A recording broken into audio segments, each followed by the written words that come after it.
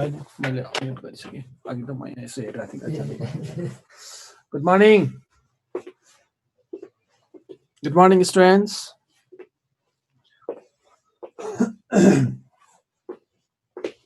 ल भन त लास्ट क्लासमा कहाँ पुगेको थिएँ मैले लास्ट कपी एकचोटि पल्टाउ त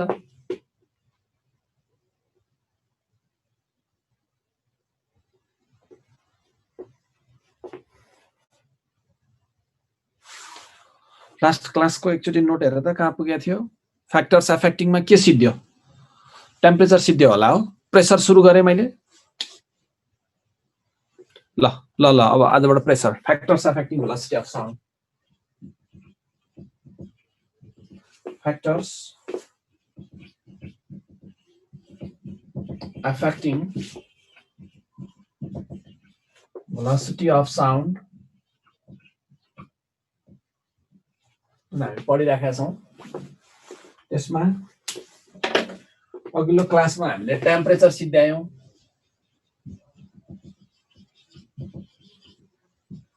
हो सिद्ध्यो नम्बर 2 मा जाउँ हामी प्रेसर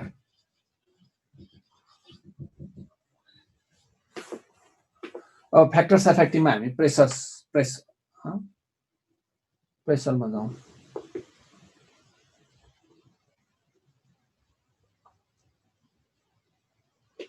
फ्याक्टर्स एफेक्टिङको नम्बर 2 मा आज प्रेसर सुरु गर्ने हो टेम्परेचर फिनिश भएको हो आज प्रेसरको पालो हो यस है ल मैले अब यो ग्रुप अनुसार मात्र हिसाब गर्छु है यो बीएस हाम्रो के हो बीएस 42 अनुसार मात्र चलिरहेको हुन्छ है अब रिपिट भयो छुट्यो त्यो मलाई थाहा हुँदैन न्यू क्लास हो भन्ने त्यो म त्यसरी जाने स्थिति हुँदैन टेम्परेचरसम्म भयो अब हामी प्रेसरमा जाउँ ल अब एकछिन हेरौँ प्रेसर हाम्रो फर्मुला V √अंडर के छ त गामा P बाई रो छ हैन साउन्डको भेलोसिटीको formula V gamma P by rho छ ठीक छ अब म तिमीहरूलाई के भन्छु भने अब हेर साउन्ड वेभ अगाडि बढ्दै जाँदा कतै कम्प्रेसन हुन्छ कतै रेफ्र्याक्सन हुन्छ हैन कम्प्रेसन भएको ठाउँमा खादिन्छ प्रेसर पनि बढ्छ डेन्सिटी पनि बढ्छ दुईटै बढ्छ रेफ्र्याक्सन भएको ठाउँमा फुक्नु भनेको के हो त यो ठाउँमा प्रेसर पनि घट्छ डेन्सिटी पनि के हुन्छ घट्छ दुईटै घट्छ हो भनेपछि कम्प्रेसन भएको ठाउँमा पी र रो दुईटै बढ्ने हुनाले पी बाई रो को रेशियो के हुन्छ एउटा आउँछ रेफ्र्याक्सन भएको ठाउँमा पी र रो दुईटै घट्ने एकैचोटि घट्ने हुनाले पी बाई रो को रेशियो फेरि पनि के आउँछ यो ठाउँमा जति आउँछ यहाँ पनि त्यति नै आउँछ भनेको कम्प्रेसन हुँदा दुईटै बढ्ने रेफ्र्याक्सन हुँदा दुईटै घट्ने हुनाले पी बाई रो को रेशियो जहिले पनि के आउँछ कन्स्ट्यान्ट हुन्छ त यो के आयो कन्स्ट्यान्ट आयो गामा आफैमा कन्स्ट्यान्ट छ त्यसपछि भेलोसिटी कन्स्ट्यान्ट हुने रहेछ प्रेसरमा डिपेन्ड गर्दो रहन्छ भनेपछि velocity of sound है velocity of sound is independent है independent with change in pressure ल at constant temperature यो एउटा कुरा बुझिराख्नु पर्यो ल अब फ्याक्टर्स एफेक्टिङमा हामीले प्रेसरको कुरा गर्यौं अब म तिमीहरूलाई नम्बर 3 मा है ह्युमिडिटी अथवा डेन्सिटी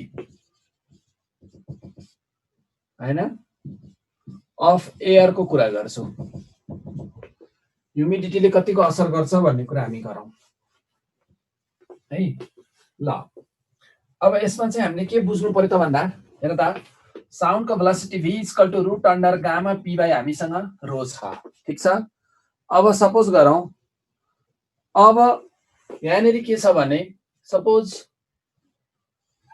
अब यो ड्राई नाइट्रोजन छ सपोज गरौँ यहाँ चाहिँ मोइस्ट नाइट्रोजन छ यो ड्राई नाइट्रोजन हो र यो चाहिँ मोइस्ट एयर भनेको नाइट्रोजन ग्यास हुन्छ जहिले पनि है मोइस्ट नाइट्रोजन छ अब ड्राई छ भने त सबै के हुने भो मोलिकुलहरु पुरै यहाँ के हुने भो मोलिकुलर मास 28 हुने भो सबै मोलिकुलको मोलिकुलर मास मोइस्ट छ भने के हुने भो मोइस्ट नाइट्रोजन छ भने के हुने भो मोइस्ट नाइट्रोजनमा त 28 तर एउटा 18 पनि हुन्छ मोइस्ट भनेको वाटर हो H2O हो फेरि यहाँ मोइस्ट यो नाइट्रोजन 28 भयो, फेरि वाटर 18 भयो।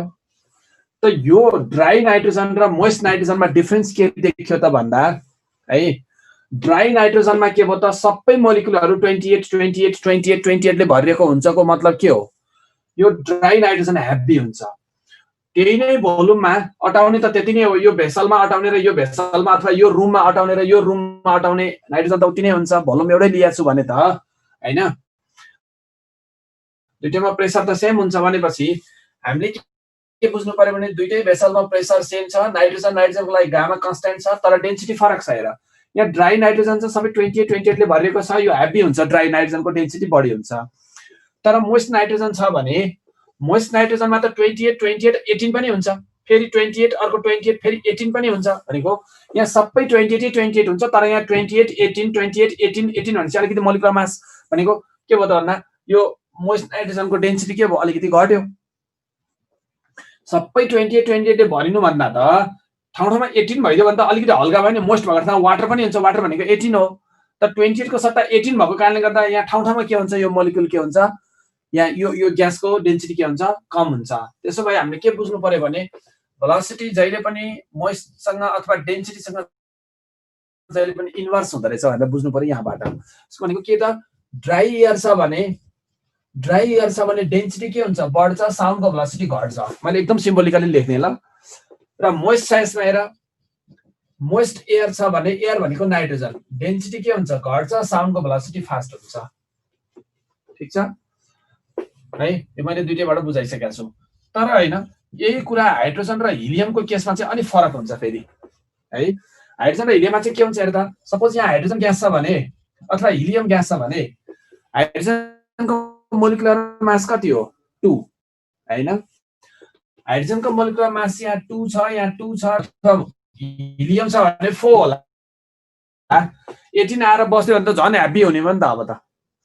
त्यही भएर नाइट्रोजन र अक्सिजन छ भने मोइस्ट हुने भने डेन्सिटी घट्छ, तर हाइड्रोजन हिलियम छ भने जति मोइस्चर थपिन्छ नि, वाटर थपेपछि त 18 थपेर त 2 2 2 बस्न पर्ने ठाउँमा 18 गरेर थप, झन् हेभी भयो नि त।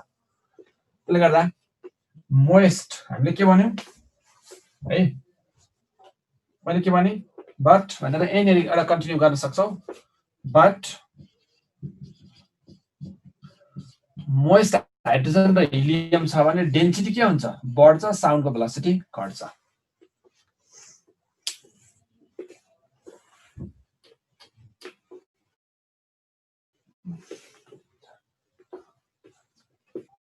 अब हामी अलिकति अगाडि बढ्न सक्छौँ है। कुरा बुझेको बुझेन यहाँसम्म है। अब यसरी बुझाउने भने तिमीले कहिले पनि बुझ्दैनौ है। मैले फिगर बनायो भने यस्तो मजाले इक्जाम्पल दिदी बुझाइरहेछु, अब बुझ्दैन भने त अब कसरी बुझ्छ, के गर्ने बुझ्दैन। ल अब velocity of sound in the mixture of gas, अब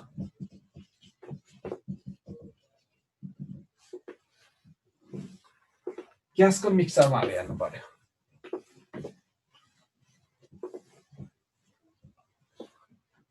है अब मिक्सरमा के गर्ने, P equal to root under, हामीसँग फर्मुला के हो, गामा P बाई रो भयो हैन। अब चाहिँ आज हामी के गर्छौं, फ्याक्टर्स अफ एक्टिङ सिद्धेको छ ल, मैले सबै गरिदिएँ। अब यहाँ मिक्सचर अफ ग्यास छ ल, हाइड्रोजन र अक्सिजनको मिक्सचर बनाएको छौं हामीले। त्यो ग्यासको मिक्सचरमा साउन्ड वेभ गयो यसरी, यसमा चाहिँ भेलोसिटी निकाल्नु पर्यो। एउटै सिलिन्डर भित्र अथवा एउटै सिस्टममा एउटै रुम भित्र भइसकेपछि त प्रेसर दुईटैको के हुन्छ, कन्स्ट्यान्ट हुन्छ। हाइड्रोजन र अक्सिजन दुईटै डायटोमिक छ, गामा कन्स्ट्यान्ट हुन्छ हैन त। अब हामीले त खाली के भने भेलोसिटी निकाल्नु पर्यो भने त डेन्सिटीसँग इन्भर्स गरेर निकाल्यो भने भयो। P इन्भर्स प्रोपोर्सनल टु के भयो त, डेन्सिटी भयो हैन। भनेपछि अब हामीले साउन्डको velocity in the mixture of gas कति हुन्छ भनेर सोधेको छ यसले, वाट भनेर। साउन्डको भेलोसिटी इन अ ग्यास, एउटा ग्यासमा चाहिँ यो गिभन हुन्छ एक्जाममा, तिमीलाई कुनै एउटा ग्यासमा चाहिँ दिन्छ उसले है। जस्तै साउन्डको भेलोसिटी यो चाहिँ गिभन हुन्छ, जस्तै हाइड्रोजनमा साउन्डको भेलोसिटी यति हुन्छ अथवा अक्सिजनमा साउन्डको भेलोसिटी यति हुन्छ भनेर यो के हुन्छ रे, गिभन हुन्छ है। अब is equal to root under density of gas लेख अनि डेन्सिटी अफ मिक्सचर लेख। किन, डेन्सिटीसँग त इन्भर्स हुन्छ भनिसकेको छ नि त हैन र। त डेन्सिटीसँग इन्भर्स हुन्छ भने सिधा मिक्सचरको डेन्सिटी तल लेख्नु पर्यो, ग्यासको डेन्सिटी माथि लेख्नु पर्यो हो। भनेपछि त अब हाइड्रोजनमा भेलोसिटी दियो भने हाइड्रोजनको भेलोसिटी यहाँ राख्ने, उसले दिएको हाइड्रोजनको डेन्सिटी यहाँ राख्ने। हाइड्रोजनको डेन्सिटी कति हुन्छ? मोलिकुलर मास डिभाइड बाइ के हुन्छ अरे 2 हुन्छ भनेको छु मैले अस्ति। किन मैले अस्ति भनेको छु molecular mass equal to 2 times vapour density हुन्छ भनेर पढाएको छु। कुनै पनि ग्यासको मोलिकुलर मास भनेको 2 टाइम्स भेपर डेन्सिटी हुन्छ भनेपछि त डेन्सिटी भनेको त मास बाइ के भयो त? मोलिकुलर मास बाइ हाफ भयो हैन, m बाइ 2 भयो। त्यसपछि हाइड्रोजनको मोलिकुलर मास कति हो? 2 डिभाइड बाइ 2 भनेको डेन्सिटी 1 राख्ने। अक्सिजनको भेलोसिटी यहाँ दियो भने अक्सिजनको डेन्सिटी यहाँ राख्नुपर्छ। अक्सिजनको डेन्सिटी कति हुन्छ? मोलिकुलर मास 32 डिभाइड बाइ 2 भनेपछि 16 आउँछ। यहाँ 16 राख्नु पर्यो। यदि भेलोसिटी अफ ग्यास भनेको अक्सिजनमा भेलोसिटी दियो भने अक्सिजनको डेन्सिटी राख्ने। अब चाहिँ हामीले के गर्नु पर्यो भने यसमा अब हामीले डेन्सिटी अफ मिक्सर निकाल्नु पर्यो। यो मिक्सरको डेन्सिटी कति हुन्छ? कम्बाइन्ड डेन्सिटी हामीले निकाल्नु पर्यो। त्यो भनेको मिक्सरको टोटल दुईवटा ग्यासहरू मिलेर मिक्सर बनेको छ अनि दुईवटा ग्यासहरूको भोल्युम हामीले यसरी राख्नु पर्यो। m1 + m2 दुईटा मासको दुईटा के छ दुईवटा ग्यासहरू छन्, त्यही भएर दुईटा ग्यासको मास जोड्नु पर्यो, टोटल भोल्युम पनि राख्नु पर्यो। Total mass by total volume. Mass भनेको डेन्सिटी इन्टु भोल्युम फर्स्टको पनि, सेकेन्डको भने मास भनेको डेन्सिटी इन्टु भोल्युम अनि v1 + v2 हामी जोडिदिनु पर्यो। हाम्रो एन्सर आउँछ। अब म एउटा क्वेसन लेख्छु, त्यो क्वेसनको आधारमा यो क्वेसन सल्भ हुन्छ है। यो फर्मुला युज हुन्छ, त्यही अनुसार गर्ने ल।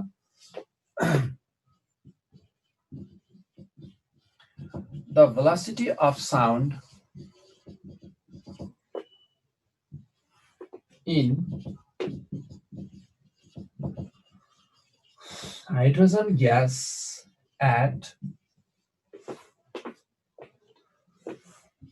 NTP is 1270 meter per second.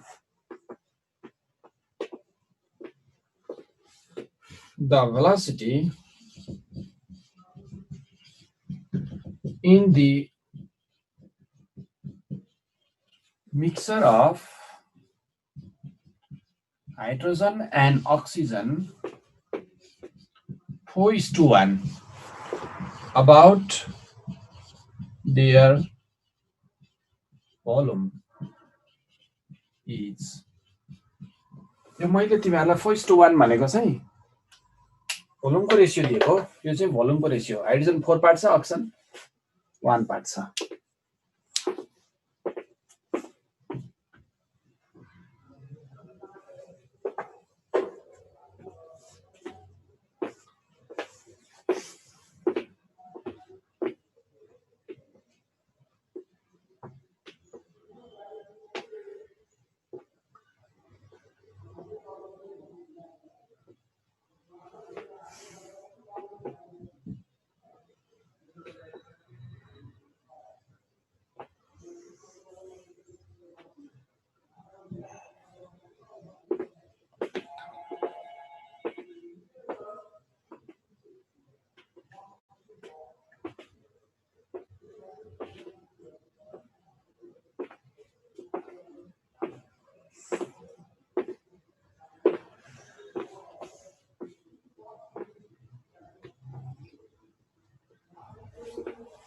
ल एकछिन हेरौँ। अब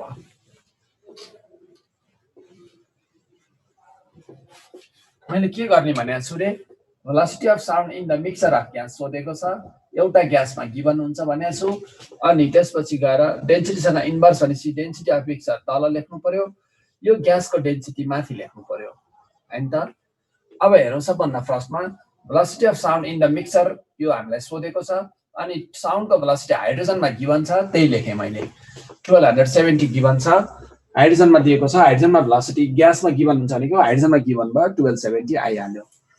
अब हाइड्रोजनको डेन्सिटी त 1 हुन्छ, मैले भनेको छु अघि नै, मोलिकुलर मास डिभाइड बाइ 2 हैन त। अब डेन्सिटी अफ मिक्सर आयो भने हाम्रो आन्सर आउँछ। अब मिक्सरको डेन्सिटी निकाल्न हामी यो फर्मुलामा जान्छौँ। हामी मिक्सरको डेन्सिटी निकाल्नको लागि एउटा त हाइड्रोजन छ, हाइड्रोजनको डेन्सिटी 1, भोल्युम 4 पार्ट छ, सो 4b गर्नु पर्यो। एउटा त हामी निकाल्छौँ के को डेन्सिटी भने त यो अक्सिजनको डेन्सिटी 16, भोल्युम b भनेको छ हो। अनि 4b प्लस के भयो त b भयो। भनेपछि यो कति भयो त 16 + 4 भनेको 20 डिभाइड बाइ 5 भनेको कति भयो त 4 आयो। त्यही 4 लगेर यहाँ राख्देऊ।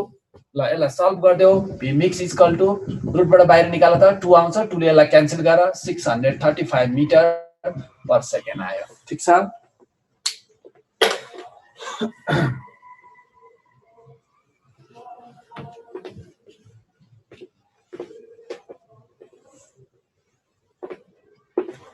क्लियर भयो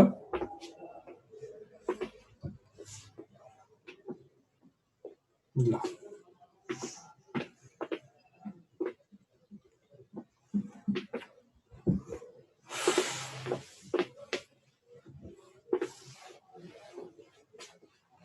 अब हामीले लङ्गिट्युडनल वेभ सिद्ध्याएको छौं अब हामी भेलोसिटी अफ ट्रान्सभर्स वेभ तिर जान्छौं है भेलोसिटी अफ ट्रान्सभर्स वेभ ग्यासको डेन्सिटी 1 हुन्छ हो भनेर सोधिरहेछौ आयुष पौडेल ग्यासको डेन्सिटी 1 हुने होइन के हाइड्रोजनमा भेलोसिटी दिएको छ नि यो क्वेशनमा हाइड्रोजनको डेन्सिटी चाहिँ 1 हुन्छ के मोलिकुलर मास डिभाइड बाइ 2 गर्ने के जहिले पनि कुनै पनि ग्यासको चाहियो भने अक्सिजनको भयो भने के गर्ने 32 डिभाइड बाइ 2 गर्ने 16 हुन्छ डेन्सिटी नाइट्रोजनको भयो भने के गर्ने यो भन्दा अघिल्लोको आन्सर 635 भन्ने छु मैले है यो क्वेशनको आन्सर 635 ल अब ट्रान्सभर्स वेभको भेलोसिटीको कुरा गरौँ एकछिन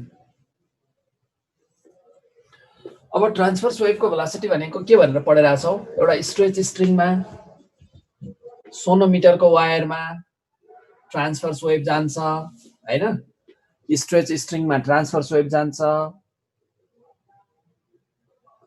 एउटा भाइले सोधेछ अघिको क्वेशनमा मोनो र डाई आयो भने के गर्ने भनेर सोधेछ है यहाँ हेर है P = root under gamma P by rho भन्ने फर्मुलामा मैले अघि मिक्सचर के को बनाए एउटा हाइड्रोजन र अर्को अक्सिजनको बनाए अनि गामा कन्स्ट्यान्ट भयो दुईटैको लागि 1.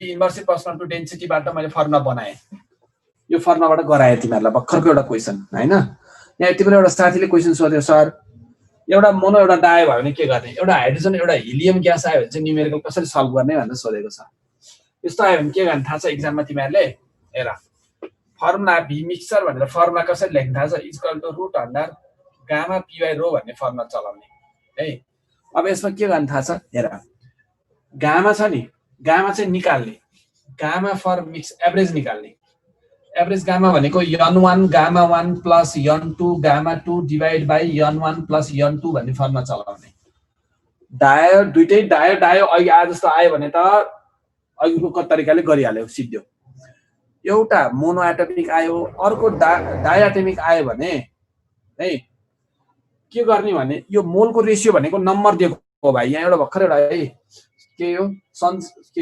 सजेसन हो घिमिरे है सजेसन घिमिरे मोलको रेशियो भनेको नम्बर अफ रेशियो हो त्यो n1 n2 अघि दिएको त्यही नै राख्ने हो है भोल्युमको रेशियो राख्ने यहाँ हेर मैले भने कि एउटा मोनो र एउटा डाई आयो भने के गर्ने गामा एभरेज निकाल्ने यहाँ ल हाल्ने एभरेज गामा यो एबी एभरेज गामा कसरी निकाल्ने n1 भनेको अहिले 4 दिएको छु नि मैले यो 4 हो यो रेशियो ग्यासको रेशियो मैले के दिएको छु 4:1 भोल्युमको रेशियो दिएको छु नि त्यही 4 र 1 राख्ने हो n1 भनेको 4 n2 भनेको e1 यो n1 यो n2 हो अब गामा 1 भनेको फर्स्टको कति हुन्छ हाइड्रोजनको कति हुन्छ 1.4 हिलियमको कति हुन्छ 1.6 डाई र मोनोको अस्ति पनि गरिसकेको छु यहाँ राख्ने यहाँ गामा आउँछ गामा ल हाल्ने डेन्सिटी अफ मिक्सचर अहिलेको फर्मुला चलाउने अघि मैले डेन्सिटी अफ मिक्सचर यहाँ गरेको थिएँ नि डेन्सिटी अफ मिक्सचरको फर्मुला जे छ अघि ल्याएर हाल्दिने अनि प्रेसर एटमोस्फेरिक प्रेसर राख्ने 1.01 10⁵ अनि सल्भ गर्ने ल मोनो र डाई आयो भने सन्तोष भाइ बुझ्यो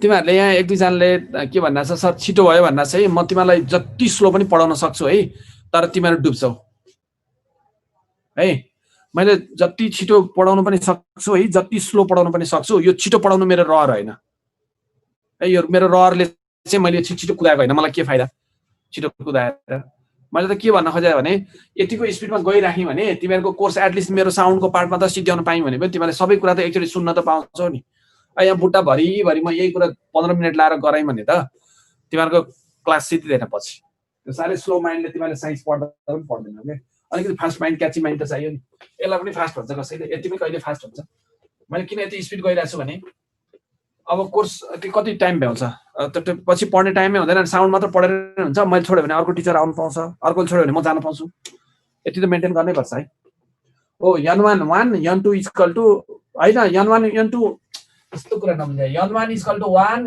n2 n1 4 n2 4:1 हैन यो n1 हो यो n2 हो के जुन भोल्युमको रेसियो दिया हुन्छ त्यो नै n1 n2 लिएर गर्ने हो ल कसले एउटा एक्जाम्पल गर्दिनु भने चाहिँ एक्जाम्पल मैले त्यही हो हाइड्रोजन र हिलियमको एक्जाम्पल त्यही हो अहिलेको क्वेशनमा के गर हाइड्रोजन र हिलियमको मिक्सचर बनाऊ साउन्डको भेलोसिटी हाइड्रोजनमा दिदैन त्यो क्वेशनमा सिधै गामा पी बाइ रो लगाऊ आन्सर आइहाल्छ ल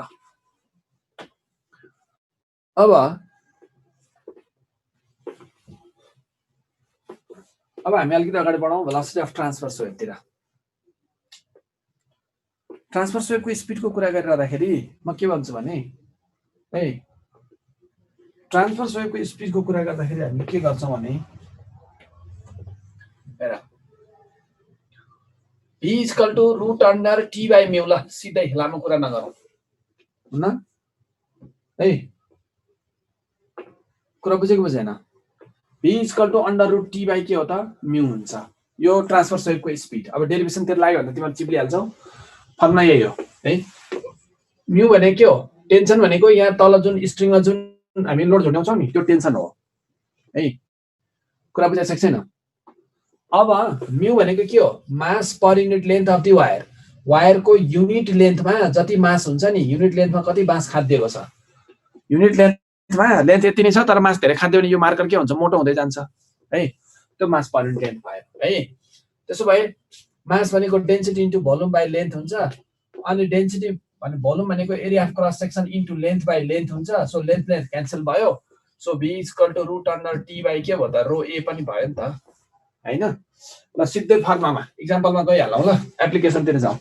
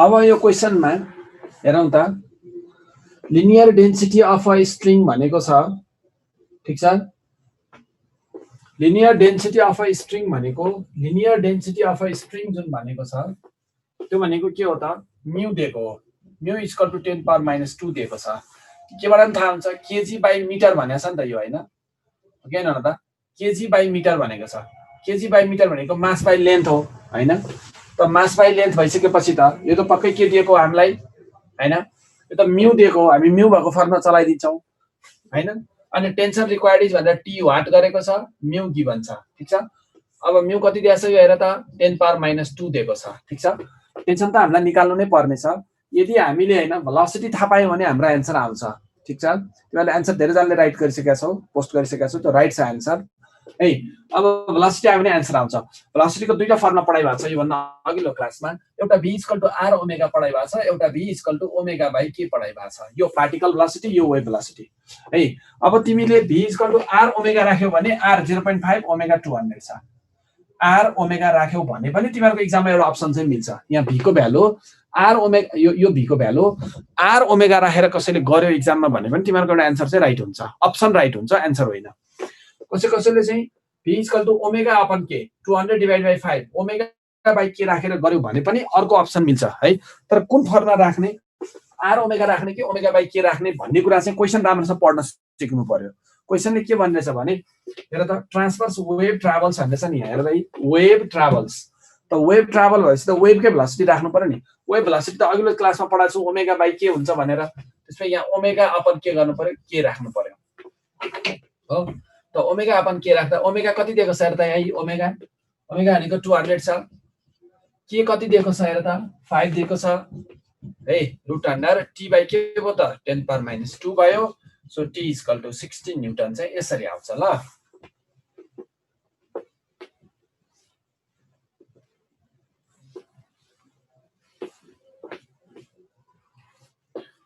अर्को एउटा क्वेसन पनि गर्न चाहन्छु।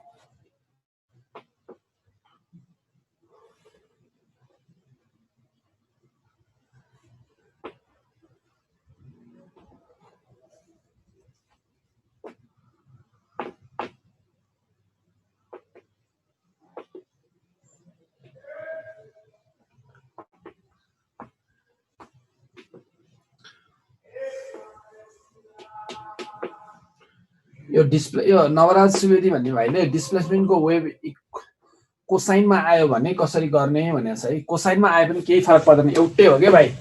y equal to r cos omega t minus kx आयो भने पनि अब तिमीले गर्ने प्रोसेस अस्ति मैले sin ओमेगा t राखेर जसरी गराएको छु त्यही फर्मुला लगाएरै गर्ने हो। किनभने नि हेर त भेलोसिटी भनेको त यो पार्टिकल डिस्प्लेसमेन्ट तिमीले यसरी दियो भने अब डेरिभेटिभ गर न, डी बाई dt गर्दाखेरिमा के हुन्छ, cos को डेरिभेटिभ के हुन्छ माइनस sin हुन्छ नि, v इक्वल टु माइनस हो cos को डेरिभेटिभ भनेको कति हो माइनस sin भयो हैन।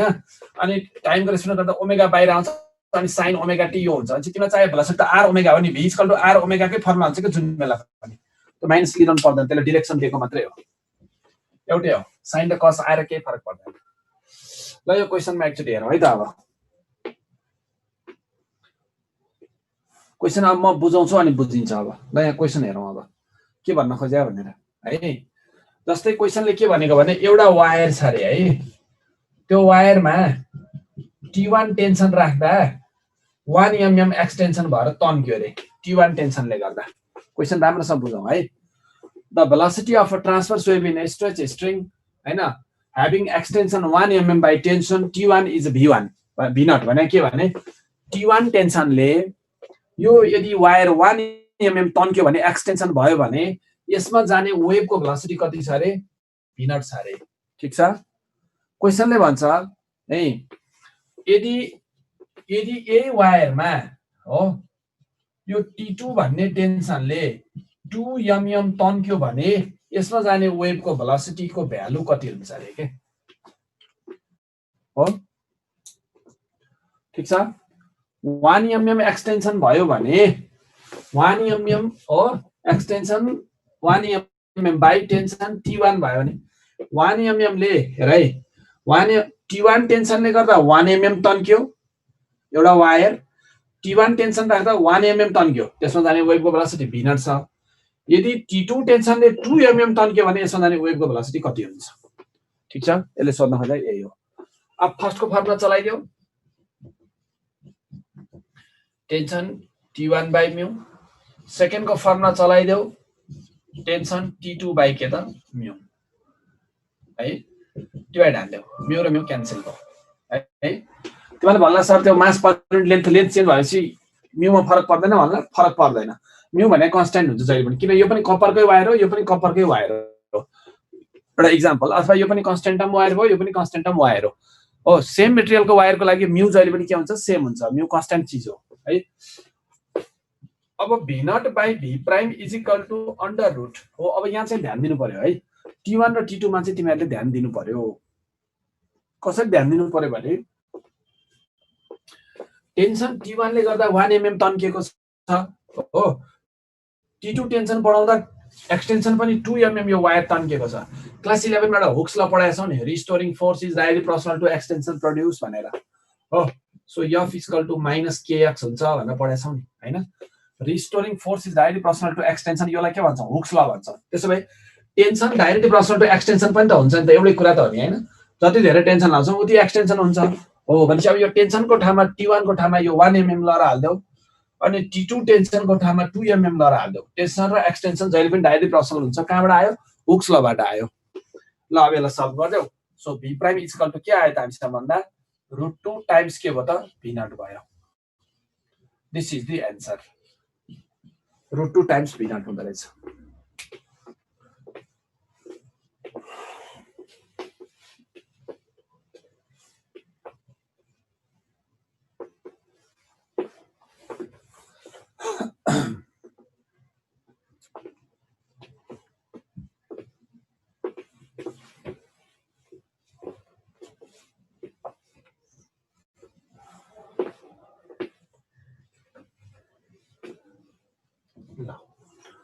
अलिकति अगाडि बढौं।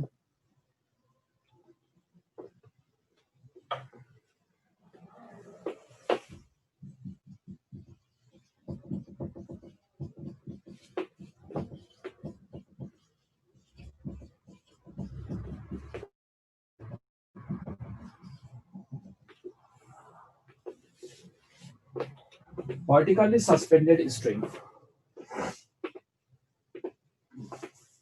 यो भनेको चाहिँ के हो?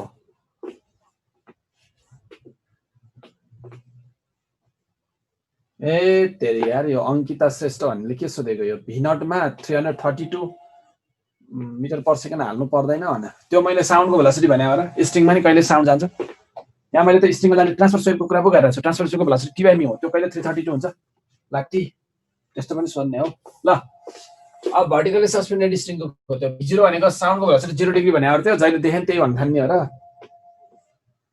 यो त 10 यहाँ त ट्रान्सफर स्वेपको भनेको। ल भर्टिकली सस्पेन्डेड स्ट्रिङ छ, एउटा स्ट्रिङलाई यसरी हामीले एउटा सिलिङमा भर्टिकली सस्पेन्ड गर्दिए मैले यसरी, ठीक छ। अब हेरौँ, यहाँ तल बटममा एउटा ह्यामरले ह्यामरिङ गरिदेऊ। फेरि हेर, यो तल बटम छ नि स्ट्रिङको तल, टक्कै एउटा ह्यामरले ड्याममा ठोक्देऊ, ह्यामरिङ गरिदेऊ। अब वेभ चाहिँ यस्तो किसिमबाट जान्छ यी, ल हेर, ठीक छ, यस्तो किसिमबाट जान्छ। अब आज तिमीलाई क्वेसनले सोध्छ यसरी जाने मात्र वेभ गइराखेको छ, ट्रान्सफर स्वेपको भेलोसिटी A मा कति हुन्छ, यो B मा कति हुन्छ, र ट्रान्सफर स्वेपको भेलोसिटी C मा पुग्दा कति हुन्छ। हामीलाई A मा, B मा र C मा ट्रान्सफर स्वेपको भेलोसिटी के गर्नु पर्यो, आज निकाल्नु परेको छ, ठीक छ। अब A मा, B मा र C मा निकाल्नु पर्छ भने त हामीले के बुझ्नु पर्यो भने सबभन्दा पहिला A भेलोसिटी त आखिर A मा भए पनि, B मा भए पनि, C मा भए पनि √T/μ नै हो जति बेला पनि है। ट्रान्सफर स्वेपको स्पिड त एउटै हो, तर सबभन्दा फर्स्टमा हामीलाई A मा यदि भेलोसिटी निकाल्नु यदि छ भने है, A मा ट्रान्सफर स्वेपको भेलोसिटी निकाल्नु पर्यो भने हामीले के गर्ने त भने सबभन्दा पहिला A मा चाहिँ हामीलाई के चाहियो, टेन्सन चाहियो है। A भन्ने पोइन्टमा टेन्सन लेख्नु पर्यो अनि भेलोसिटी आउँछ। A भन्ने पोइन्टमा टेन्सन चाहिँ 0 हुन्छ, यो कुरो जानिरौ, ठीक छ। A भन्ने पोइन्टमा भेलोसिटी के हुन्छ रे, के टेन्सन के हुन्छ, 0 हुन्छ। किन 0 हुन्छ, A भन्दा तल कुनै वेटै छैन, A भन्दा तल कुनै लोड भए पो A मा टेन्सन हुन्छ। हेर त, यो A भन्दा तलतिर कुनै वेट नै छैन, यहाँ छ त। A भन्दा तलतिर वेट नभएपछि A लाई के को तनाव भयो र, कुनै चिजलाई झुन्ड्याउनु पर्या छैन। त्यही भएर A भन्ने पोइन्टमा के हुन्छ त है, स्ट्रिङको मास त छ, मैले मात्र भने के हो भने A भन्ने पोइन्टमा टेन्सन हुनको लागि त A भन्दा तलतिर वेट हुनु पर्यो नि त। A ले तलतिर कुनै चिज झुन्ड्याएको छैन भने A लाई के को तनाव हुन्छ त नि। तर A मा टेन्सन 0, सो भेलोसिटी पनि 0। Velocity at point A equal to 0 हुन्छ, किनभने A मा टेन्सन पनि 0 हुन्छ। पहिलो कुरा यो बुझ्नु पर्यो। अब हामी जाउँ B मा हैन। अब B मा चाहिँ भेलोसिटी कति हुन्छ भन्नको लागि त B मा पहिला टेन्सन निकाल्नु पर्यो नि त हैन। अब B मा टेन्सन निकाल्न अलिक गाह्रो छ। म एकचोटि तिमीलाई C मा टेन्सन निकाल्छु। यल लेन्थमा पुग्दा C मा पुग्छु म। यो तल बटमबाट यल लेन्थमा हामी C पोइन्टमा पुग्छौं। यो पोइन्टमा टेन्सन निकालौं पहिला है। तर मैले के भने लेन्थ कति छ रे, L मा टेन्सन कति हुन्छ, यल लेन्थमा त म यहाँ पुग्छु। यहाँ टेन्सन सबभन्दा बढी हुन्छ। किन थाहा छ, टेन्सन यहाँबाट मास्तिर लाग्ने हो केले गर्दा, यो स्ट्रिङको तलतिरको वेटले गर्दा। स्ट्रिङको वेट कति छ mg यल लेन्थमा mg टेन्सन हुन्छ फेरि एकचोटी यो पोइन्टमा टेन्सन कति हुन्छ टी टेन्सन हुन्छ म्याक्सिमम टेन्सन हुन्छ टेन्सन कता लाग्छ मासतिर त्यो कोसँग इक्वल हुन्छ जहिले नि तलको वेटसँग यो स्ट्रिङको तलतिरको वेटसँग इक्वल टेन्सन हुन्छ भनेको सबभन्दा त्यसले पर्छ है वान लेन्थमा mg/l कसरी बुझ्छ भने नि जस्तै मेरो यो हातमा हैन अहिले यो दुईटा औंला छ नि हेर त यो दुईटा औंलामा टेन्सन 0 हुन्छ के के त्यो भन्दा तल मैले केही झुन्ड्याएको छैन मलाई केको टेन्सन भएर अब हेर त ल अब चाहिँ मलाई टेन्सन हुन्छ मेरो औंलामा मास्तिर टेन्सन लाग्यो किन मैले यसलाई उचालेको गर्नुपर्ने मार्करलाई कति टेन्सन हुन्छ थाहा छ यो मार्करको वेट जति छ त्यति हुन्छ त्यही भएर मार्करको वेट बराबरको टेन्सन हुन्छ ल हेर यल लेन्थमा mg टेन्सन भनेको त्यही हो जहिले पनि तलतिरको वेटसँग इक्वल हुन्छ के मास्तिर लाग्ने टेन्सन अब वान लेन्थमा कति mg/l र सपोज गरौँ न यो a देखि b सम्मको लेन्थ चाहिँ x छ भन्न सपोज गरौँ त्यसो भए x लेन्थमा कति टेन्सन त mgx/l टेन्सन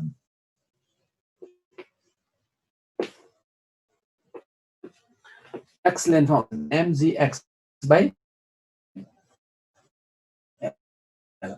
अब b मा जाउँ है त भेलोसिटी एट पोइन्ट हुन्छ रे यति टेन्सन हुन्छ mgx/l टेन्सन हुन्छ हो अब हामीलाई के चाहियो म्यू चाहियो मास पर युनिट लेन्थ चाहियो त्यसो भए m/l गर्दियौ त l र l क्यान्सल भयो m र m क्यान्सल भयो so under gx so velocity at point b के हो त अन्डर रुट gx भयो हैन त अब हामी जाउँ c भन्ने पोइन्टमा velocity at point c is equal to under root है c मा भेलोसिटी चाहियो भने हामीले के गर्नु पर्यो भने हेर त c मा भेलोसिटी चाहियो भने c मा पहिला टेन्सन निकाल्नु पर्यो हैन यो c भन्ने पोइन्टमा हुने टेन्सन त मैले अघि भने हैन र c मा mg टेन्सन हुन्छ भनेर त्यसपछि c मा mg टेन्सन हुन्छ c भन्ने लेन्थमा हुने टेन्सन कति हो mc हो हैन अनि म्यू को भ्यालु राख त म्यू भनेको के हो रे m/l हो त्यसपछि रुट अन्डर के आयो त gl आयो यसरी है त्यसो भए a मा b मा र c मा हामीले आज के निकाल्यौ ट्रान्सफर वेटको भेलोसिटी निकाल्यौ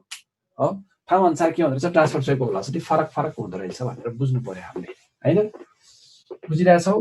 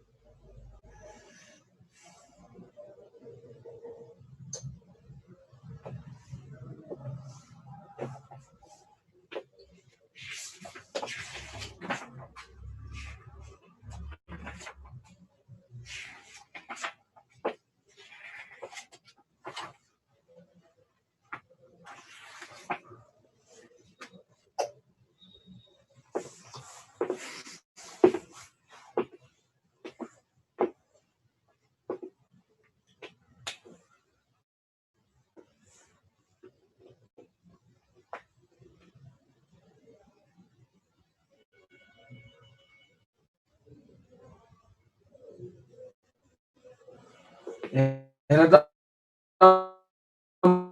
मैले के गरेको भिभी मा फर्मुला एक्स लेन्थमा टेन्सन कति ल्याएको छु त पहिला मैले टेन्सन लेखेको थिएँ हेर त टी को भ्यालु लेखे mg/l भयो अनि म्यू भने के हो नि मास बाइ लेन्थ भएन अनि मास बाइ लेन्थ भएपछि त मास काट्यो लेन्थ काट्यो रुट gx आइ भन्छ यसरी ठीक छ m/l कसरी भयो बुझ्यौ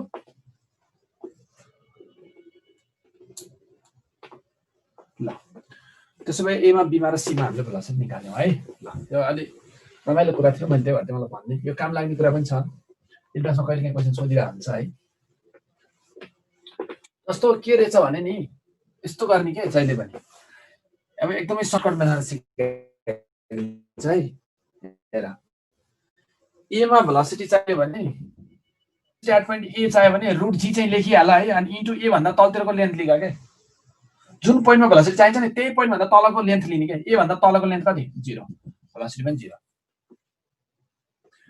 अब b मा जानु पर्यो भने भेलोसिटी एट पोइन्ट b लेख्नु पर्यो रुट g चाहिँ लेखिहाल पहिल्यै अब b भन्दा तलतिरको लेन्थ लिगा कति लिया थिए अहिले मैले लेन्थ x रुट gx आइ गयो c मा भेलोसिटी चाहियो भने नि रुट g चाहिँ लेखिहाल पहिल्यै अब c भन्दा तलतिरको लेन्थ लिगा मैले अहिले यो पुरै लेन्थ कति मानेको छु l अनि रुट gl भयो नि त यसरी जुन पोइन्टमा चाहिन्छ त्यो भन्दा तल अब यस्तो सोध्यो एक्जाममा चाहिँ ल यस्तो दियो यो चाहिँ यक्स दियो velocity at point B equal to what भनेर सोध्यो हो मेरो आइडिया युज गर्ने रुट अन्डर जी चाहिँ लेखिदिइहाल्ने भनेको छ जुनमा पनि अनि जुन पोइन्टमा भेलोसिटी छ त्यो तलको लेन्थ लिएको जहिले पनि अब माथिको यक्स छ भने चाहिँ तल कति हुनु पर्यो टोटल यलबाट माथिको यक्स भएपछि यल माइनस यक्स आएन यसरी के बुझ्यो होला अब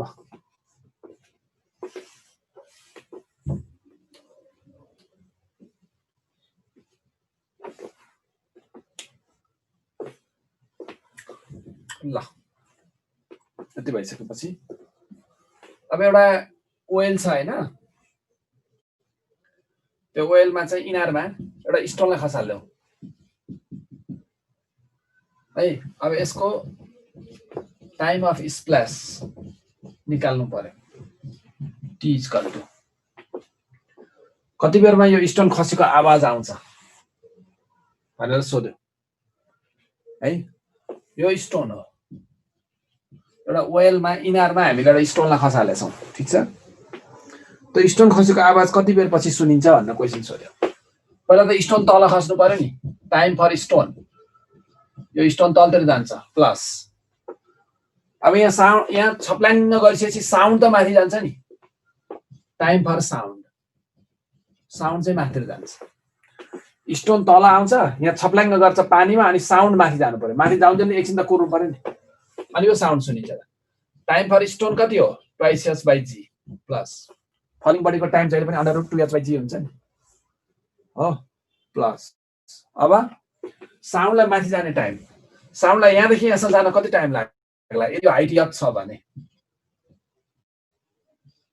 हैन यदि हाइट यत छ भने साउन्डलाई माथि जाने टाइम कति लाग्ला हैन कुरा बुझिरहेको छ छैन माथि जाने टाइम भनेको distance by velocity of sound सिधै हाल्यो नि यही फर्मुला छ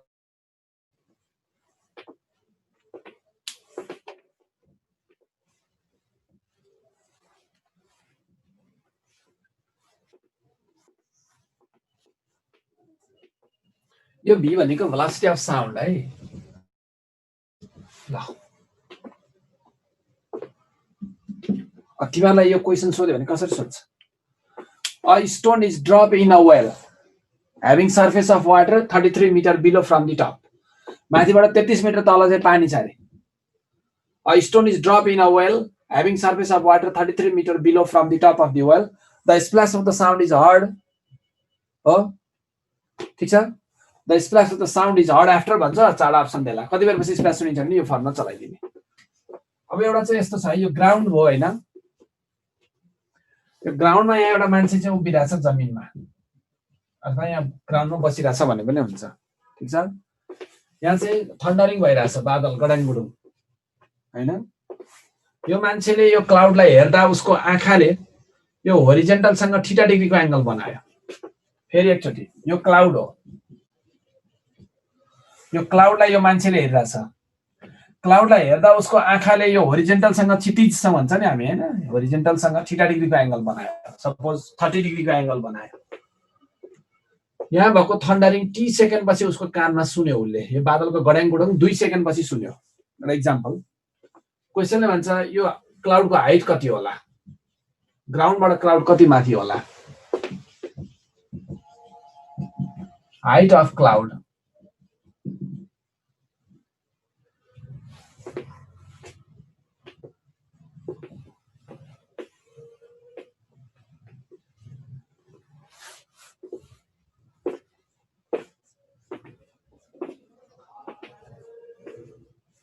क्लाउड को हाइट चाहियो हामीलाई हैन केही गर्नु पर्दैन sin थीटा लेख्देऊ sin theta is equal to p p भनेको यो x हाइटै हो यही त सोधेछ x p बाइ h h भनेको यो भनेको t हो तर यो डिस्टेन्स भएपछि तल टाइम लेख्यो भने त मिलेन नि डाइमेन्सन मिलेन नि मिलेर sin थीटा को त कहिले पनि युनिट आउँदैन डाइमेन्सन आउँदैन डाइमेन्सन नआएपछि त माथि डिस्टेन्स तल टाइम राखेपछि त डाइमेन्सन आउने भयो नि त यसको त त्यही भएर यो डिस्टेन्स भएपछि यसलाई पनि डिस्टेन्सै बनाउनु पर्यो नि त हामीले त डिस्टेन्स कसरी बनाउने साउन्डको भेलोसिटीले मल्टिप्लाई गरेर vt गर्दै नि अब चाहिँ कुरा मिल्यो यो पनि डिस्टेन्स यो पनि साउन्डले ट्राभल गरेको डिस्टेन्स दुईटै डिस्टेन्स र डिस्टेन्स भयो भने किन 2 सेकेन्डमा सुनेको के हो यो पाथबाट आएर साउन्ड सुने हो नि त तर यो चाहिँ साउन्डले ट्राभल गरेको डिस्टेन्स भयो यो चाहिँ त्यो क्लाउडको हाइटको डिस्टेन्स भयो डिस्टेन्स बाई डिस्टेन्स गर्दा मिल्यो त्यही भएर हामीलाई चाहियो के हो आज एक्स हो भिटी साइन थीटा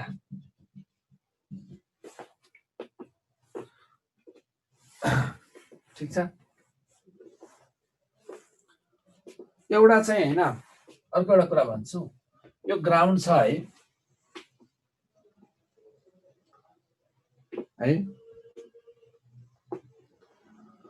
अब यो ग्राउन्डमा मैले यहाँ थन्डरिङ र लाइटनिङको टाइम इन्टरभलको कुरा गरे हैन त्यो टाइम इन्टरभलको क्वेशन पढाएको हैन मैले अर्कै कुरा पढाइरहेको यहाँ त्यो भनिदिनु पर्छ र थन्डरिङ र लाइटनिङ त्यो त सकिहाल्छ होला नि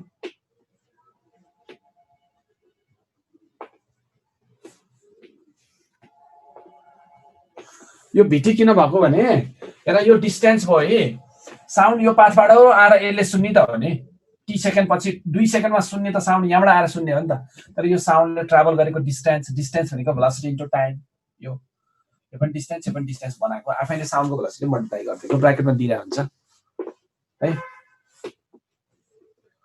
ठीक छ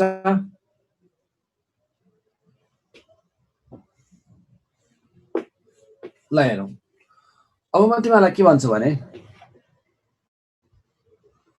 यो सर्टकट छैन र यो कस्तो सर्टकट ट्रिक गरिदिनु भन्छ यो सर्टकट छैन यो आइडी ए बाबु फर्मुलै नभइकन कन्सेप्टै नभइकन सर्टकट हेर्ने भए त तिमी त्यो काठमाडौँको रत्न पार्क भन्ने ठाउँ छ त्यो रत्न पार्कमा जाने त्यहाँ चटक देखाउँछ भाइ त्यही हेर्नु जाने सर्टकट ट्रिक चाहिने भए है कुरा बुझेको बुझेन है सर्टकट ट्रिक भनेको के यो कन्सेप्टै नबुझाइकन एकैचोटि मैले ल हेर भाइ हो थन्डरिङ सुनेको टाइम दियो भने direct x equal to VT sine theta ठोक्यौ भन्ने के हो यो कहाँ कुन सन्दर्भमा आयो भन्ने कुरो विद्यार्थीले बुझ्दै नबुझिकन यस्तो पढाएर हुन्छ र हैन सर्टकट भन्ने हुँदैन भाइ केही कुराको सर्टकट भन्ने हुँदैन कन्सेप्ट बुझेको छैन भने त्यो सर्टकट र लङ कट केही हुँदैन त्यस्तो त्यो एकछिन चटक देखाएर हुन्छ र फिजिक्समा चटक चल्दैन भाइ सर्टकट भन्ने कहिले पनि हुँदैन के को सर्टकट यो सर्टकट भनेको ए कुरा बुझेको बुझेन कुरै बुझेको छैन भने सर्टकटले के गर्छ ल एकछिन हेरौँ अब यो ग्राउन्ड छ हैन यहाँ एउटा मान्छे उभिराखेको छ ठीक छ एउटा मान्छे यहाँ उभिराखेको छ अब उसको जस्ट माथिबाट एउटा जेट प्लेन यसरी पास भएर गयो सुनौ है राम्रोसँग यसरी है एउटा जेट प्लेन यसरी पास भएर गयो ठीक छ अब यो मान्छेले के गर्यो यो जेट प्लेनलाई हेर्यो हेर ठीक छ उसले यो जेट प्लेनलाई हेर्दा उसको आँखाले है उसको आँखाले चाहिँ यो भर्टिकलसँग चाहिँ 60 डिग्रीको एंगल बनायो टुप्पीसँग आफ्नो टुप्पीसँग टाउकोसँग यसरी है एंगल बनायो ठीक छ यहाँ एउटा मान्छे उभिरहेछ उसको टाउको माथिबाट यसरी एउटा जेट प्लेन पास भएर गयो उतातिर गयो यहाँबाट यसरी गयो जाँदाखेरि जब यो मान्छेले त्यो प्लेनलाई हेर्छ नि उसको आँखाले चाहिँ यो भर्टिकलसँग ठाडो माथि टाउकोसँग 60 डिग्रीको एंगल बनायो सपोज 45 डिग्रीको एंगल बनायो 60 डिग्रीको एंगल बनायो ठीक छ क्वेशनले के भन्छ भने अब यो जेटको speed jet is equal to what velocity of जेटको स्पिड सोधिरहेछ है थीटा दिएको छ फेरि केही छैन साइन थीटा लेख्देऊ sine theta is equal to p भनेको यो किनभने यो भनेको भेलोसिटीको कम्पोनेन्ट हो के को जेट प्लेनको भेलोसिटीको कम्पोनेन्ट एउटा छ नि त पी भने यही हो बाइ एच भनेको यो है एच भनेको यो हाइपोटेन्युज किन साउन्ड हेर जेट यहाँ पुगेछ भने त यसले प्रोड्युस गरेको साउन्ड त यो पाथबाट आएर यसले सुन्ने हो नि त त्यही भएर यो साउन्डको भेलोसिटीको डाइरेक्सन हुन्छ यो जेट यहाँ पुगे पनि जेटको साउन्ड कुन पाथबाट आउँछ हेर त जेटको साउन्ड यो पाथ यो भेलोसिटी अफ साउन्डको पाथ यो हुन्छ तर भेलोसिटी अफ साउन्ड हामीलाई चाहियो के हो जेटको स्पिड यु इक्वल टु के हो रहेछ त v sin थीटा रहेछ नि त ल छिट्यो योभन्दा सर्टकट के हुन्छ योभन्दा सर्टकट त के पनि हुँदैन आदि आदि बोल्यो भने मात्र सर्टकट हुन्छ कुरा त बुझ्नु पर्यो नि जुनसुकै क्वेशन गर्दा पनि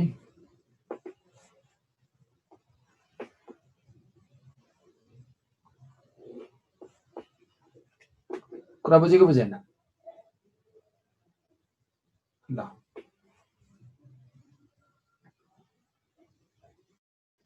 अब तिमीलाई हैन यही क्वेशनमा तिमीले सोध्न चाहिँ सक्छौ बरु सर होरिजोन्टल सँग बनाएको एंगल दियो भने के गर्ने ल भर्टिकल सँग बनाएको एंगल दिएन होरिजोन्टल सँग 30 डिग्री एंगल जेट प्लेन चाहिँ जस्ट माथिबाट गइरहेछ, उसको आँखाले होरिजेन्टलसँग 30 को एंगल बनायो भने चाहिँ हामीले के विचार गर्ने त यसमा है? अब के गर्ने केही छैन, होरिजेन्टलसँग बनाएको एंगल दियो भने फिगर यही बनाऊ, 90 बाट 30 घटाएर यहाँ 60 आउँछ, फेरि 60 राखेर गर्दिने, केही फरक पर्दैन। ल अब हामी यो फर्स्ट च्याप्टरको लास्टतिर आइपुग्यौँ है। यतिसम्म आइपुग्दाखेरि अब तिमीहरूलाई यो थाहा छ नि, इन्फ्रासोनिक साउन्ड, audible sound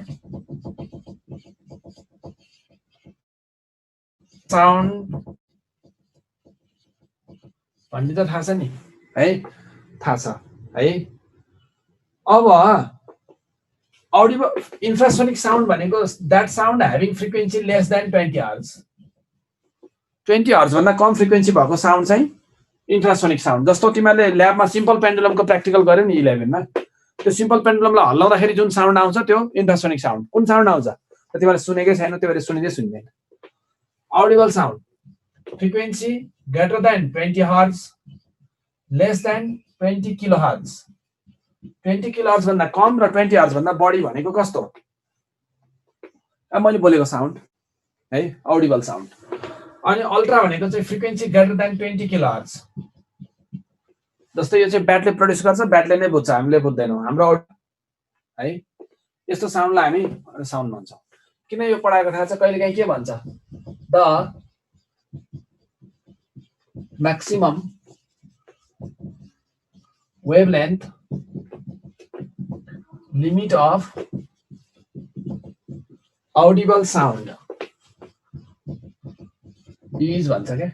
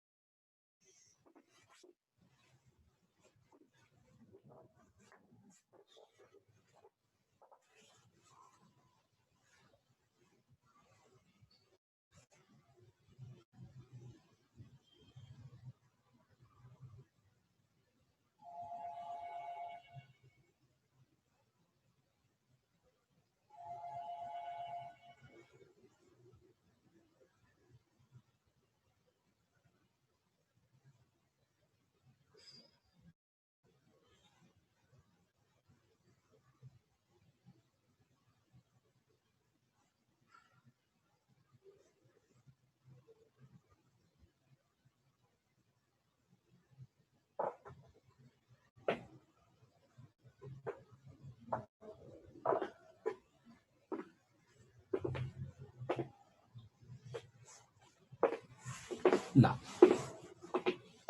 अब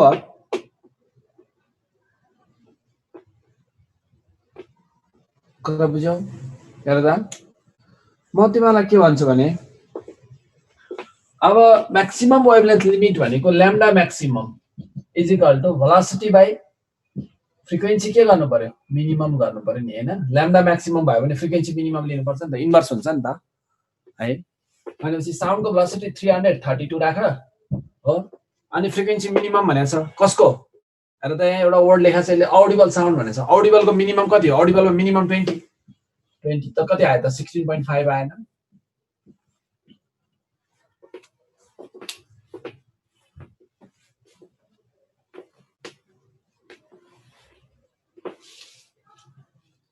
ल मलाई भन त, यो तीनटा साउन्ड छ नि,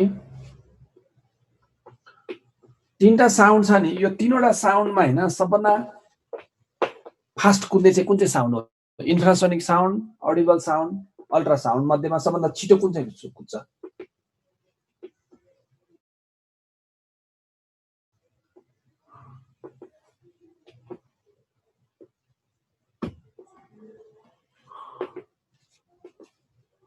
तिमीहरूले एन्सर पनि यति छिटो छिटो पोस्ट गरेका छौ कि हैन? मैले छिट्टो भन भनेको छिट्टै भनेको छौ है।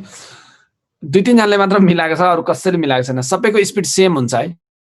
साउन्डको भेलोसिटी चाहिँ कन्स्ट्यान्ट हुने हैन, 332 त हो नि, फ्रिक्वेन्सी पो फरक परेको त है। इन्फ्रा भने नि, ऑडिबल भने नि, अल्ट्रा भने नि, लास्टमा तीनटैको पछाडी साउन्ड साउन्ड साउन्ड लेख्या, साउन्डको स्पिड जहिले पनि सेम त हुन्छ नि। ल यो पनि सिद्धियो है। ल अब म तिमीहरूलाई सुपरपोजिसन अफ वेव्स भनेर सेकेन्ड च्याप्टरमा लैजान्छु। ल फर्स्ट च्याप्टर चाहिँ सिद्धियो हुन्छ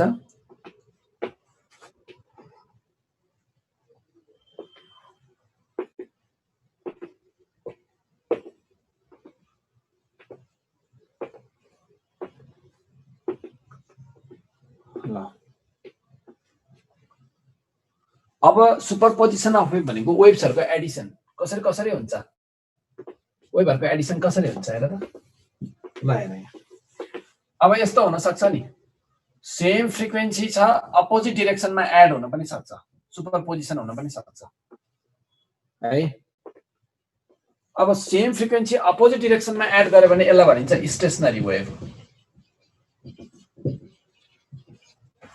मैले के भने सेम फ्रिक्वेन्सी अपोजिटमा सुपरइम्पोज भयो ल्याङ्ग्वेज लेखिन है यीबाट बुझ्ने फिगर हेर्ने आफै बुझ्ने सेम फ्रिक्वेन्सी अपोजिट डाइरेक्सनमा सुपरइम्पोज भयो भने के हुन्छ जहिले पनि सेम फ्रिक्वेन्सी अपोजिट डाइरेक्सनमा सुपरइम्पोज भयो भने स्टेशनरी वेभको फर्मेसन हुन्छ अब सेम फ्रिक्वेन्सी हेर त अर्को सेम फ्रिक्वेन्सी सेम डाइरेक्सनमा गएर सुपरइम्पोज भइदियो एफ र एफ छ यसरी सुपरइम्पोज भयो भने इन्टरफेरेन्स हुन्छ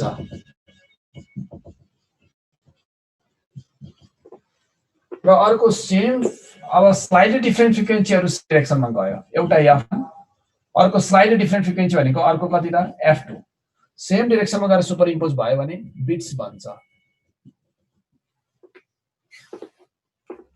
ठीक छ यसरी सेम फ्रिक्वेन्सी अपोजिट डाइरेक्सनमा गयो भने के बन्छ हैन कुरा बुझिरहेको छ छैन बिट्सको फर्मेसन हुन्छ यसरी तीन किसिमबाट वेभहरु के हुन्छ रे सुपरइम्पोज हुन्छ कुरा बुझेको बुझेन वेभहरु तीन किसिमबाट सुपरइम्पोज हुन्छ आफै लेख्ने है सेम फ्रिक्वेन्सी सेम डाइरेक्सन यसले आफै बोलिरहेछ है फ्रिक्वेन्सी सेम छ डाइरेक्सन एउटै देखाएको छु यसमा स्लाइडली डिफरेन्ट फ्रिक्वेन्सी लेख्ने आफैले स्लाइडली डिफरेन्ट भनेको एउटा f1 छ एउटा f2 छ दुईटा फ्रिक्वेन्सीहरु सेम डाइरेक्सनमा गयो भने के बन्यो त बिटको फर्मेसन भयो है यसरी तीन किसिमबाट वेभहरु सुपरइम्पोज हुन्छ अब हामी यो तीनवटै केसहरु पढ्नु पर्ने हुन्छ र न्यूमेरिकल गर्नु पर्ने हुन्छ सबभन्दा फर्स्टमा हामी छौं स्टेशनरी वेभमा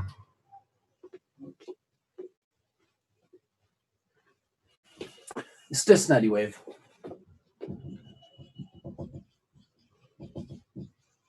यो स्टेशनरी वेभमा एउटा चाहिँ भन्नै पर्ने कुरा के छ भने नि तिमीहरुले अब धेरै कुरा त हामी यहाँ अनावश्यक कुरा गरेर टाइम हुँदैन है एउटा के भन्नुपर्छ भने यसमा एउटा इन रिजिड बाउन्ड्री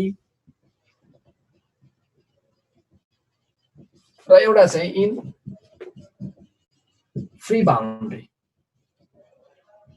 एउटा कुरा चाहिँ हामीले गर्नुपर्छ स्टेशनरी वेभ फ्री बाउन्ड्री है ठीक छ stationary wave in free boundary है अब रिजिड बाउन्ड्री भने चाहिँ कस्तो भने नि stationary wave in rigid boundary भने चाहिँ कस्तो भने stationary wave in close organ pipe भन्न खोजेको के क्लोज अर्गन पाइपमा है यहाँ हेर यसो चाहिँ कस्तो हुन्छ भने तिमीले यहाँबाट साउन्ड गयो है वेभ गएर ठोकिन्छ रिफ्लेक्सन भएर फर्केर आउँछ हेर है त जाने वेभ के हो a sin omega t minus kx अथवा r sin omega t जे लेखे पनि हुन्छ minus kx यो जाने वेभ भयो ठीक छ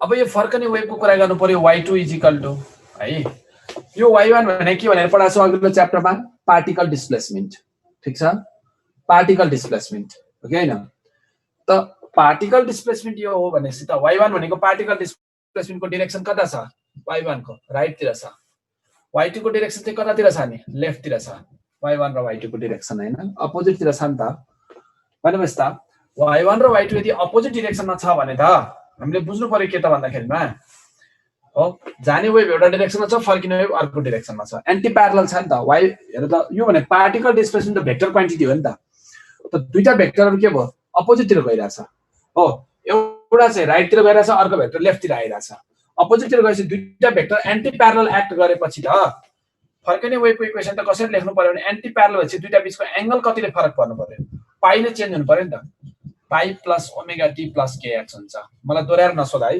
यस्तो कुराहरु अहिले हामीसँग धेरै डिटेल गफ गरेर फुर्सद त्यस्तो हुँदैन खाली एकचोटी सर सुन सरले के भन्न खोज्यो भने बुझ्नी सिध्यो अब यहाँ अहिले यसमै सर एकचोटी फेरि अब कसरी हुन्छ यो के हुन्छ भन्न थाल्यो भने यो त तिमीले फिजिकल क्लास भयो र प्री इन्जिनियरिङ पढ्यो 12 सुरु गर्न साथै पट्या भए चाहिँ हामी यस्तो कुराहरू डिस्कस गरेर नपाउँथ्यौँ वर्षभरि। अब अहिले तिमीलाई मलाई 3 घण्टा 4 घण्टा भन्दा बढी टाइमै दिएको हुँदैन साउन्ड सिध्याउनलाई। अनि 4 घण्टाको टाइममा तिमीले सोचे जस्तो म सबै कुराहरू एकदम 1 बाई 1 खेलाइरहन भ्याउँदिनँ है। अब 2 घण्टा आज 1.5 घण्टा लिएँ भने त तिम्रो ग्रुपमै 3 घण्टा त भइसक्यो। अब 1 घण्टाको कोर्स सिद्धिन्छ नि त, सिद्धिँदैन। त्यही भएर तिमीहरूले कति कुराहरू चाहिँ सुन्ने हो, सुन्ने, चित्त बुझाउने, दङ्ग पर्ने, यही हुँदो रहेछ भन्ठान्ने। अब यहाँ त्यस्तो डिटेल 1 बाई 1 फेरि भन्नु त सर एकचोटि ठिक पढ्नुहोस् सर भनेर त्यो तरिकाले कहिले पनि पढिँदैन। टाइम हुनु पर्यो नि। अहिले त हामीसँग टाइमै छैन त। अनि सबै कोर्स सिध्याउनु छ 11 12 को सबै फिजिक्स केमिस्ट्री म्याथ कसरी सिध्याउने। ल मैले के भने जाने वेभ राइटतिर गएर चाहिँ फर्किने वेभ लेफ्टतिर फर्किरहेछ। यो पार्टिकल डिस्प्लेसमेन्ट के भयो त, एउटा राइटतिर छ एउटा लेफ्टतिर छ, एन्टी प्यारलल छ। एन्टी प्यारलल भएपछि फेज कति फरक पर्छ है, कुरा बुझेको छैन? कुरा बुझेको बुझेन? एन्टी प्यारलल छ भने त एन्टी प्यारलल छ भने के हुन्छ त भन्दाखेरिमा त्यहाँ पाइले फेज चेन्ज हुन्छ। किन? यो एन्टी प्यारलल भएपछि 180 को फेज चेन्ज हुन्छ भनेर बुझ्नु पर्यो हामीले है। त्यसो भए साइन 180 प्लस थीटा भनेको के हो है? साइन 180 प्लस थीटा भनेको के हो त भन्दाखेरि माइनस साइन थीटा हुन्छ। कुरा बुझिरहेको छ छैन है? त्यसो भए अब यो के भयो y1, यो के भयो y2 भयो। अब दुईटा वेभ सुपर इम्पोज हुनु पर्यो। Sine C minus sine D को फर्मुला लाग्यो, जोड देऊ। यो sine C plus sine D y1 र y2 लाई जोड्दा साइन सी र साइन डी जोड्दाखेरिमा minus 2r sine kx cos omega t आउँछ। ल कुरा बुझेको बुझेन है? बुझेको बुझेन यहाँसम्म? अब हामी यतापट्टि जाउँ फ्री बाउन्ड्रीमा। फ्री बाउन्ड्रीमा चाहिँ के हुन्छ भने वेभ जान्छ यस्तो किसिमबाट तिमीले यहाँबाट फुक्यौ नि हैन? अब फुकेपछि के हुन्छ, यहाँबाट फुक्दा सबै भित्रको एयर जति बाहिर आउँछ। हेर यहाँको एयर जति सबै बाहिर आउँछ है। बाहिर आएपछि के हुन्छ त, बाहिर चाहिँ टेन्सन मिडियम हुन्छ। कुरा बुझौँ है यहाँनिर। हेर फ्री बाउन्ड्रीमा के हुन्छ, ओपन अर्गन पाइपमा कसरी वेभ फर्किन्छ। वेभ गयो है, गयो, यो यहाँ भित्र भएको एयर सबै बाहिर आउँछ है। बाहिर चाहिँ डेन्सर मिडियम बन्छ। अब एयरको डेन्सर मिडियम बाहिर बन्छ, त्यसमा वेभ ठोकेर रिफ्लेक्सन भएर फर्केर जान्छ। ठिक छ? बुझ्यो भने एयरमा नै ठोकेर फर्किन्छ। कहाँ? यहाँ फुक्दाखेरि यहाँको एयर जति सबै बाहिर आयो, बाहिर एयरको डेन्सर मिडियम भयो, त्यही डेन्सर मिडियममा वेभ ठोकेर रिफ्लेक्सन भएर फर्केर जान्छ। यस्तो किसिमबाट वेभ रिफ्लेक्ट हुन्छ है। भनेपछि त अब हामीले के बुझ्नु पर्यो त भन्दाखेरिमा है, अब वेभ ठोकेर फर्केर आउँछ अनि स्टेसनरी वेभको फर्मेसन हुन्छ है। त्यसैले जाने वेभ के हो त, y1 = r sin ओमेगा t - kx भयो है। अब फर्कने वेभ भनेको चाहिँ के हुन्छ त भन्दाखेरि अब यो बाउन्ड्रीमा ठोकिँदा पनि हेर्दा यो बाउन्ड्रीमा ठोकेर यहाँ बाउन्ड्री पार्टिकल बाहिर जान्छ नि त एकछिन त है। यो वेभ जता जान्छ नि, यो y1 को डाइरेक्सन जता हुन्छ, यहाँ बाउन्ड्रीका पार्टिकल पनि बाहिरतिर जान्छ एकैतिर, अनि यहाँ मात्र ठोकेर रिफ्लेक्सन हुन्छ। त फेज चेन्ज त भएन उसको। जस्तो बाउन्ड्रीमा यस्तो ठोकेर त फर्किन सकेन नि, बाउन्ड्रीबाट बाहिर गयो। त y1 को डाइरेक्सन र यो y2 हरुको डाइरेक्सन के भयो, सेम भयो। प्यारलल भएपछि एंगल कति हुन्छ, 0। त्यसमै फेज चेन्ज हुँदैन है। अब प्लस kx नै हुन्छ। x भने के हो रे, वेभको डिस्प्लेसमेन्ट भनेको छु नि अघिल्लो च्याप्टरमै। अनि वेभको डाइरेक्सन त यहाँ गएर वेभ त ठोकेर फर्केर त आयो नि, त्यो डाइरेक्सन अपोजिट चाहिँ हुन्छ। sin c plus sin d जोड देऊ, cos kx sin ओमेगा t।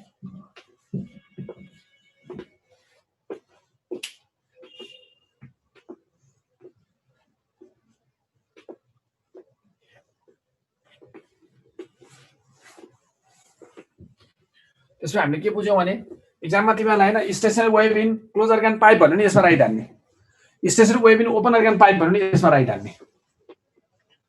फरकै हो।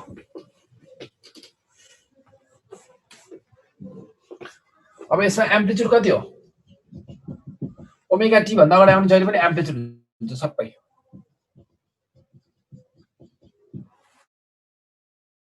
यसमा एम्प्लिट्युड कति हो, ओमेगा टी भन्दा अगाडि आउने सबै एम्प्लिट्युड हुन्छ।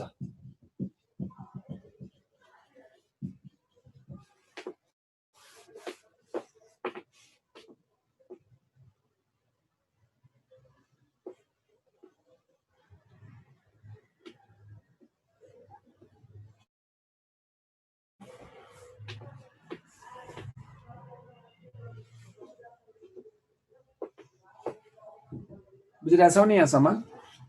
ठिक छ ल। गिटारमा सुपरपोजिसन हुँदा डिस्प्लेसमेन्ट कस्तो हुन्छ? गिटारमा सुपरपोजिसन हुँदा डिस्प्लेसमेन्टको कुरा हामीलाई मतलब होइन, गिटारमा स्टेसनरी वेभको फर्मेसन हुन्छ, त्यो यो नेचरमा जान्छ गिटारको लागि, एचएन भएर जान्छ। ल अब हेरौँ,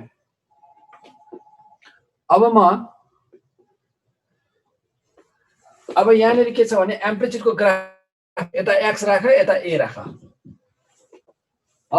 किनभने यो त केमा डिपेन्ड गर्दो रहेछ? एक्समा डिपेन्ड गर्दो रहेछ नि त। अब यति बुझ न, साइनको ग्राफ कहाँबाट सुरु हुन्छ? 0 बाट सुरु हुन्छ। यस्तो गर्दै नै भइहाल्यो। ल एकपटक x इक्वल टु 0, एकपटक x इक्वल टु λ/4, एकपटक x इक्वल टु λ/2, यसै गरी जाने हैन। x मा भेरिएसन हुन्छ नि, हेर न, a र x को भेरिएबल छ, एउटा a एउटा x। अनि यो पोइन्टलाई के भन्छ हामी? नोड। यो पोइन्टलाई के भन्छौँ? Anti node. अब ओपन पट्टि यता x राख, यता a राख, हो केमा डिपेन्ड गर्यो? a केमा डिपेन्ड गर्यो? x मा। त कसको ग्राफ कहाँबाट सुरु हुन्छ? 1 बाट।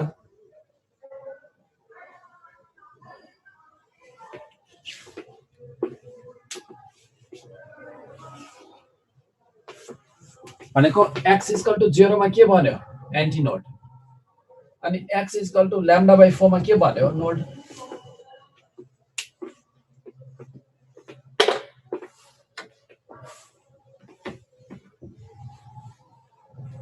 ल एउटा सिम्पल मैले तिमीलाई ग्राफहरु पनि के गरे एक्जाममा ग्राफबाटै क्वेशन आयो भने नि गर्न सकोस् भनेर दुईटा इक्वेसन, दुई थरी इक्वेसन, दुई थरी ग्राफ गरिदिएको। ल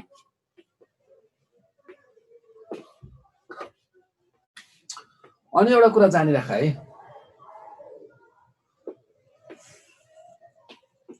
हो गिटारमा चाहिँ रिजिड बाउन्ड्री वाला इक्वेसन युज गर्ने है।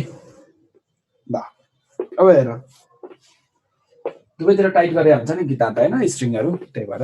ल अब हेरौं,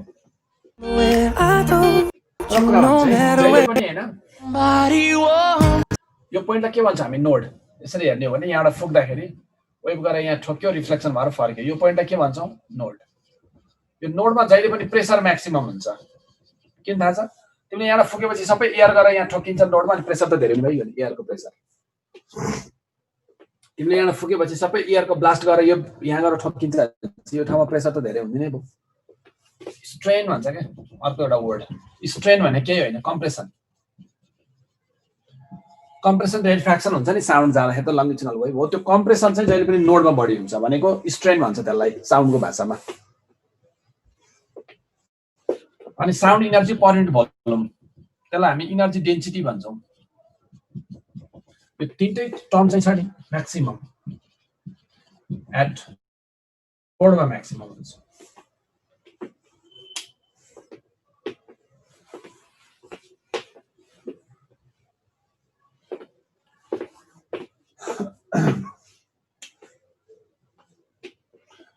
ओपनमा पनि क्लोजमा पनि है, दुईटैमा, दुईटैको लागि।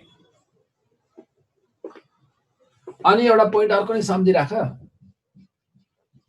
साउन्ड इज हर्ड एट भन्यो भने नोडमा राइट हान्दिने एक्जाममा। साउन्ड नोडमा सुनिन्छ, यहाँ सुनिदैन। यो चाहिँ आइडल कुरा पढेको है। किन त्यस्तो भनेको भने नि, नोडमा प्रेसर धेरै हुन्छ, जहाँ प्रेसर बढी हुन्छ, एयरको प्रेसर बढी हुन्छ, त्यहाँ कानले राम्रो काम गर्छ, हामी सुन्छौँ होइन। एयर प्रेसर कम हुँदै गयो भने अग्लो हाइटतिर केबल कार चढेर अग्लो हाइटतिर गयो भने कान एकछिन टप्प टालिन्छ नि, किन? एयर प्रेसर कम भएपछि साउन्ड सुनिँदैन धेरै। तर एन्टिनोडमा प्रेसर कम हुन्छ, सुनिँदैन भनेर बुझ्ने। नोडमा प्रेसर धेरै हुन्छ, साउन्ड सुनिन्छ, त्यही भएर सुनिन्छ लेखेको। तर नोड एन्टिनोड एकदम छिटो बन्ने हुनाले त्यो हामीले कहाँ सुनिन्छ कहाँ सुनिँदैन हाम्रो डेली लाइफमा चाहिँ त्यो हामीले अब्जर्भ गर्न चाहिँ सक्दैनौँ। हामीले क्वेसनको एन्सर दिने बाटो मात्र खोलेको हो।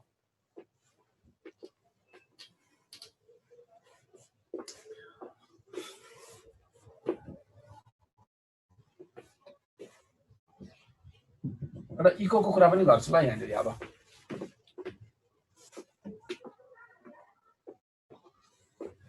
जस्तै यहाँ एउटा मान्छे उभिरहेछ होइन,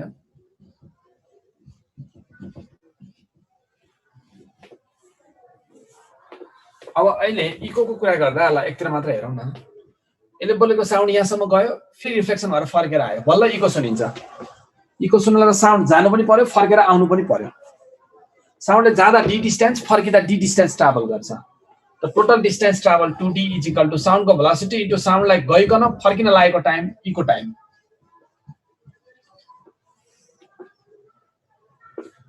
हामीले यसरी बुझ्नु पर्यो हो। हेर त टोटल डिस्टेन्स ट्राभल भनेको 2d is equal to velocity into total time गइकन फर्किने टाइम। यहाँसम्म त बुझ्यो होला। तिमीलाई यो पर्सनदेखि यो हिलसम्म अथवा वालसम्मको डिस्टेन्स कति भन्यो भने चाहिँ भेलोसिटी इन्टु टाइमलाई हाफ गरिदेऊ, इको टाइमलाई हाफ गरिदेऊ। किनभने नि डिस्टेन्स भनेको भेलोसिटी इन्टु जान मात्र लागेको टाइम त t/2 हो नि त हैन, t/2 गरिदेऊ। क्लियर छ?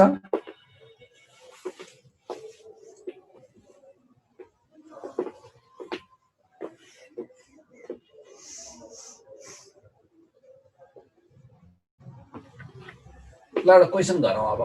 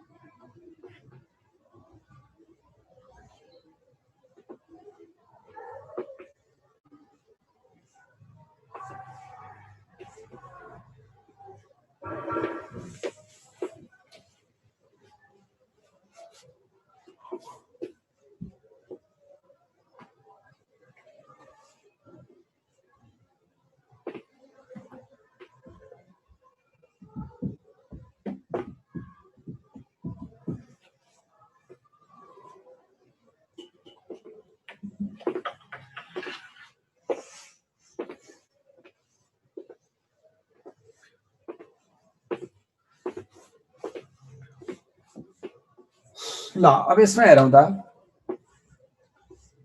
अब नोड एन्टिनोड डिस्टेन्स भनेको छ, तिमीले धेरैले ट्राई गरेर एन्सर चाहिँ हाल्छौ है। अब यसमा के छ भने यहाँ हेर, नोडदेखि एन्टिनोड हैन, नोडदेखि एन्टिनोड भनेको λ/4 इक्वल टु वाट भनेर सोध्यो क्या यो क्वेसनले। λ/4 निकाल्नु पर्यो, लैम्डा निस्क्यो भने एन्सर आउँछ।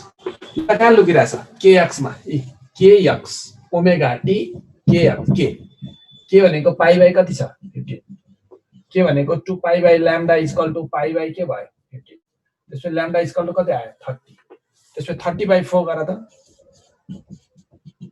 7.5 इज आवर एन्सर। धेरैले मिलाएको छ है। अर्को क्वेसन,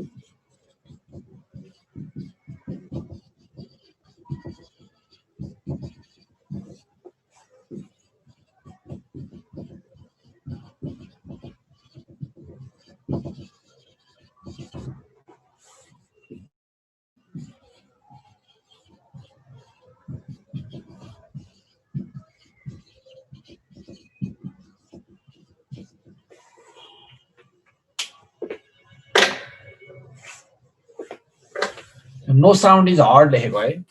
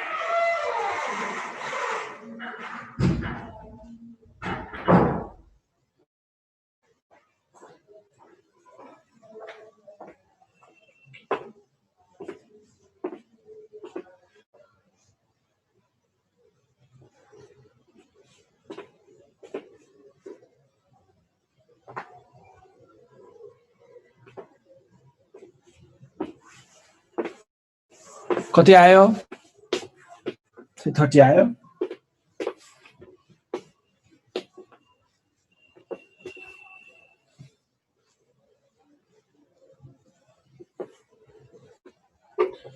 हेरौँ है त अब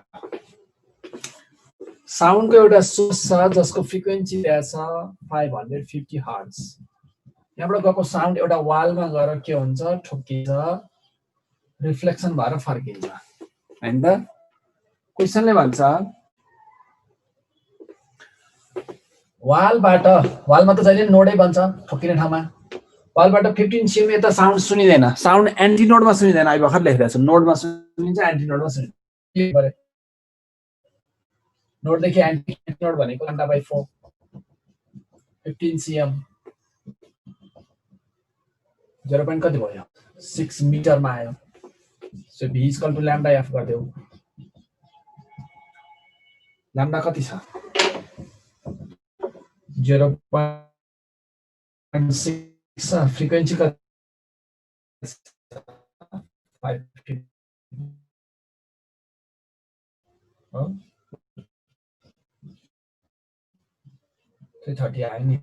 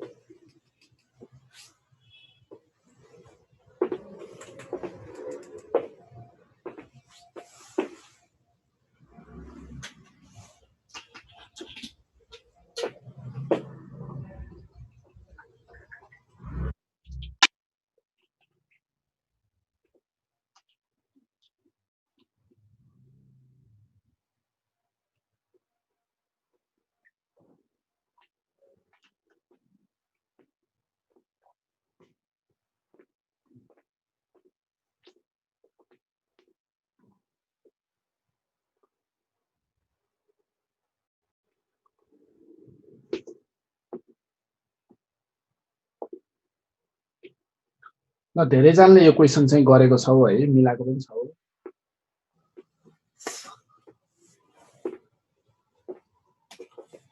क्वेशनले के भन्छ त हेर्दा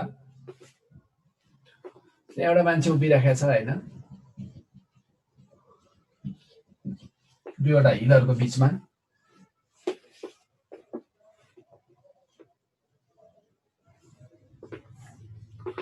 यतापट्टि गन फायर गर्दा 1.5 सेकेन्डमा इको सुनिन्छ हैन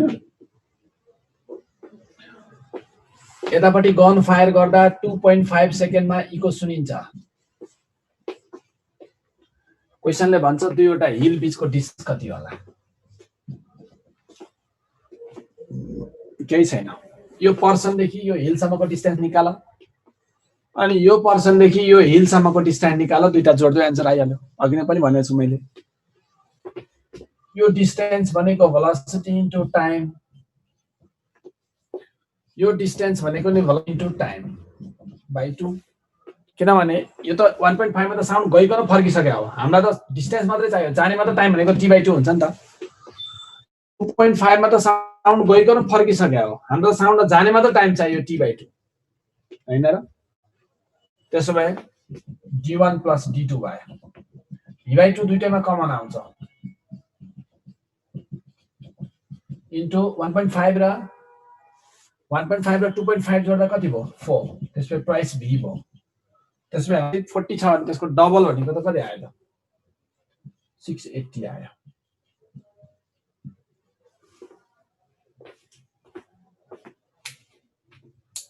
ठिक छ, यसरी गर्नु पर्यो।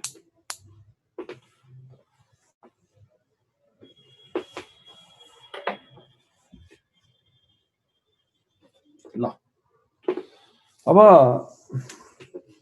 मैले यसलाई पनि सिद्ध्याएँ है। अब हामीले अर्ग्यान पाइप सुरु गर्नुपर्छ। फर्मुला सर र टेबल बनाएर टिपाउँछु, क्लोज गरेर अर्ग्यान ओपनको, अनि त्यसको चाहिँ क्वेसनहरू गर्नुपर्ने हुन्छ। म मेरो ध्यान चाहिँ सिधै क्वेसनतिरै लैजाउँ भन्ने हो। कहीँ चाहिँ थ्योरी बताइदिनु पर्ने हुन्छ क्या, त्यो थ्योरी बताउनु पर्ने भयो भने मैले अघि त्यो क्लोज र ओपनको चाहिँ रिजिड बाउन्ड्री र फ्री बाउन्ड्रीको त्यो थ्योरी बताएकै हो। किनभने त्यो एकचोटि इन्ट्रान्समा सोधेको क्वेसन छ। क्वेसनलाई त्यो रिजिड बाउन्ड्रीमा चाहिँ एम्प्लिच्युड, तिमीलाई चाहिँ फ्री बाउन्ड्रीको एम्प्लिच्युड चाहिँ इक्जाममा गिभन थियो एकपल्ट है। यो मलाई जहाँसम्म लाग्छ 73 को क्वेसन हो कि जस्तो लाग्छ एकचोटि है। जस्तै amplitude of stationary wave in free boundary is twice R cos kx हुन्छ भनेर उसले दियो, यो दिएको थियो। के क्वेसन सोधेको थियो भने आइओमा है, यो पुल्चोकमा सोधेको क्वेसन बहुत मलाई मन पऱ्यो कि यो क्वेसन चाहिँ है। कसरी सोधेको थियो स्टुडेन्टहरूले यो कुरो ध्यानै दिएर गएको हुँदैन, उ त ठुल्ठुलो कुरा गफ छुट्छ होइन, ठुल्ठुलो कुरा भनिन्छ उसले, तर यत्रो सानो कुराबाट उसलाई इक्जाममा झुक्याइदिन्छ है। त्यहाँ के भनेको थियो भने amplitude of stationary wave in free boundary is this, यो गिभन थियो। फ्री बाउन्ड्री भनेको ओपन अर्ग्यान पाइप, उसले ओपन अर्ग्यान भनेन, उसले फ्री बाउन्ड्री भन्यो। Amplitude of stationary wave in free boundary is this, अनि क्वेसनले भन्यो द भ्यालु भनेको त्यही भ्यालु फर रिजिड बाउन्ड्री भनेर 4वटा अप्सन दिएको थियो कि तल हो। त्यही भ्यालु चाहिँ यही भ्यालु चाहिँ एम्प्लिच्युडको भ्यालु चाहिँ रिजिड बाउन्ड्री भइदिए के हुन्थ्यो भनेर 4वटा अप्सन दिइरहेको थियो कि हो। त्यही भएर मैले तिमीलाई फ्री र ओपन, अब फ्रीमा भयो भने तिमीले ट्वाइस आर साइन kx जाने अप्सन छ नि, यसमा राइट हान्ने, ट्वाइस आर साइन kx मा राइट हान्ने, त्यो माइनस खोजिरहनु पर्दैन। कसले सेम लेखिरहेको छ लाटा हो, सेम हुन्छ कहिले नै हुँदैन। यो मैले अघि भर्खर त्यत्रो डेरिभेसन गरेँ होइन, साइन kx को टर्ममा आउँछ है।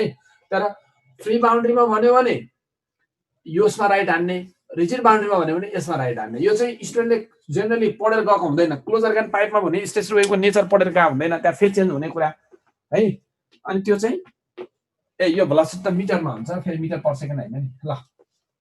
अनि यो पढेर गएको हुँदैन, अनि तिमीलाई चाहिँ के गरिन्छ क्वेसन कहिलेकाहीँ सोधिराखेको हुन्छ, यो कुरा हामीले बुझ्नुपर्छ ल।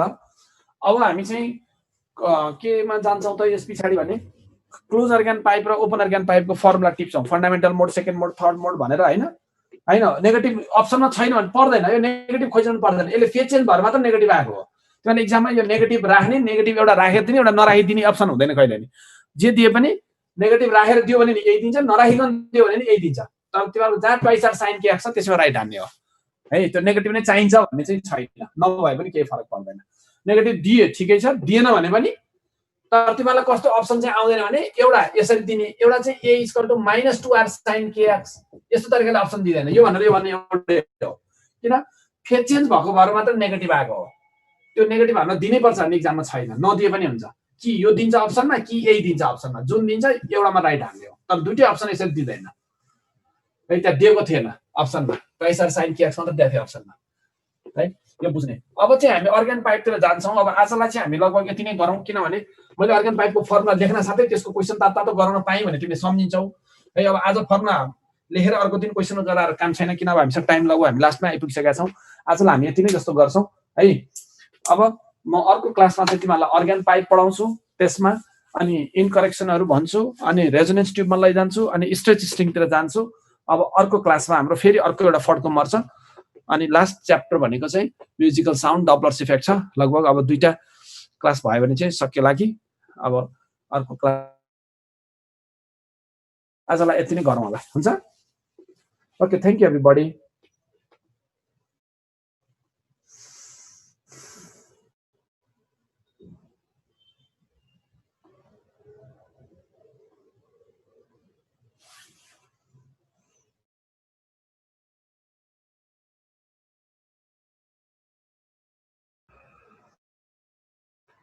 तिमीहरूले भोलिको